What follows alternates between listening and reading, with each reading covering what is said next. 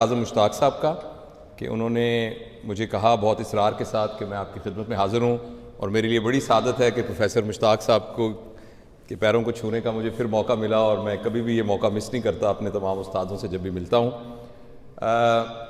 میں مشتاق صاحب نے یہ کہا تھا، اعظم مشتاق صاحب نے، کہ آپ کے پاس 10 منٹ ہیں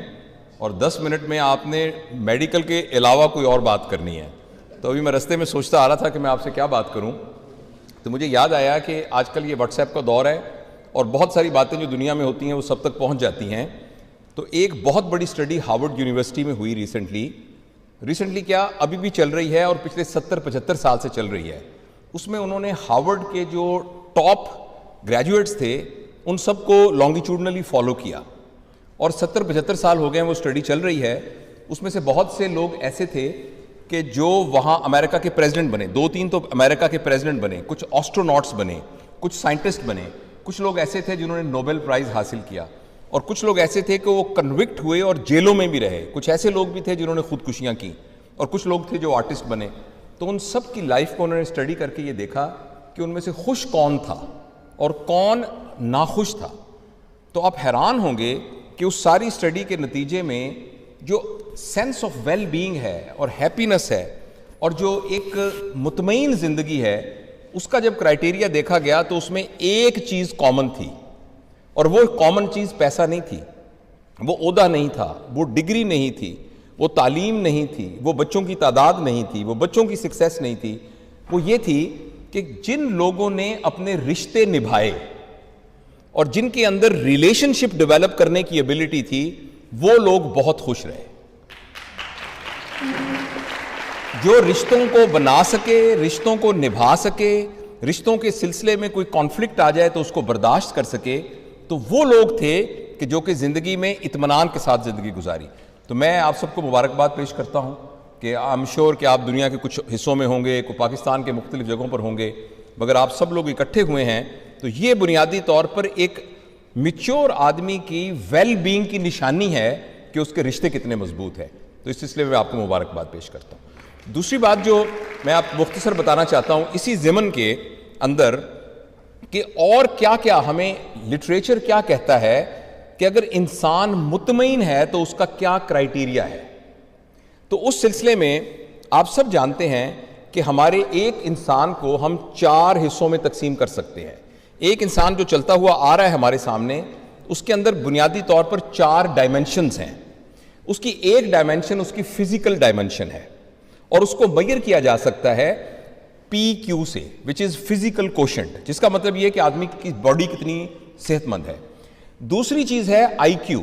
جس سے اس کے انٹلیکچوئل کوشنٹ کو میئر کیا جا سکتا ہے کہ اس کے اندر ریزننگ کتنی ہے، پرابلم سالونگ کتنی ہے، ذہانت کتنی ہے، علم کتنا ہے۔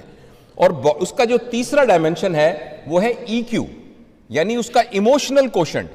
وہ جذباتی طور پر کتنا بیلنسڈ ہے اور وہ کیسے لوگوں کے ساتھ ایموشنلی انٹریکٹ کر سکتا ہے۔ اور اس کا چوتھا جو سیگمنٹ ہے وہ ہے SQ، جسے کہتے ہیں اسپرچول کوشنٹ، کہ بنیادی طور پر اگر ہم مذہب کے کانٹیکس میں دیکھیں تو اس سے مراد تو اسپرچویلٹی ہی ہے، لیکن اگر آپ اس کو ایک طرف ہٹا کے دیکھیں تو اس کا مطلب یہ ہے کہ جو کچھ بھی ہم دنیا میں کر رہے ہیں وہ ہائر پرپس کے لیے کر رہے ہیں کہ کسی چھوٹے پرپس کے لیے کر رہے ہیں۔ تو میں اگلے 5-7 منٹ میں آپ ان 4 ڈائمنشنز میں کیا چیز ہو تو ہم کامیاب انسان ہیں اور مطمئن انسان ہیں، وہ میں آپ کو بتانے کی کوشش کروں گا، and I promise that I will not take more than 5-7 minutes for that. دیکھیے، صحت کو بہتر کرنے کے لیے، کیونکہ یہ بنیادی ہے، اگر آپ کی صحت ٹھیک نہیں ہے تو آپ نماز کو بھی نہیں انجوائے کر سکتے، اگر آپ کی صحت ٹھیک نہیں ہے اپنی پڑھائی کو بھی نہیں کر سکتے، اپنی نیند کو بھی نہیں کر سکتے، اپنے ریلیشنز کو بھی نہیں کر سکتے انجوائے۔ تو PQ کو بہتر کرنے کے لیے بنیادی طور پر لٹریچر یہ کہتا ہے کہ آپ کو 4 چیزیں چاہیے۔ نمبر 1، آپ کیا کھاتے ہیں۔ تو اپنے کھانے کے سے پیٹرول گاڑی میں اگر صحیح ڈلے گا تو گاڑی ٹھیک چلے گی، اگر وہ ڈیزل سے چلنے والی گاڑی ہے آپ اس میں پیٹرول ڈال دیں گے تو گاڑی بیٹھ جائے گی۔ اس طرح ہماری باڈی میں کیا خوراک اندر جاتی ہے، اس کو ہمیں اپنے مد نظر رکھنا چاہیے۔ اور میں اس تفصیل میں نہیں جاتا، سارے آپ میڈیکل پروفیشن کے ہیں، ہم اکثر ضرورت سے زیادہ کھاتے ہیں،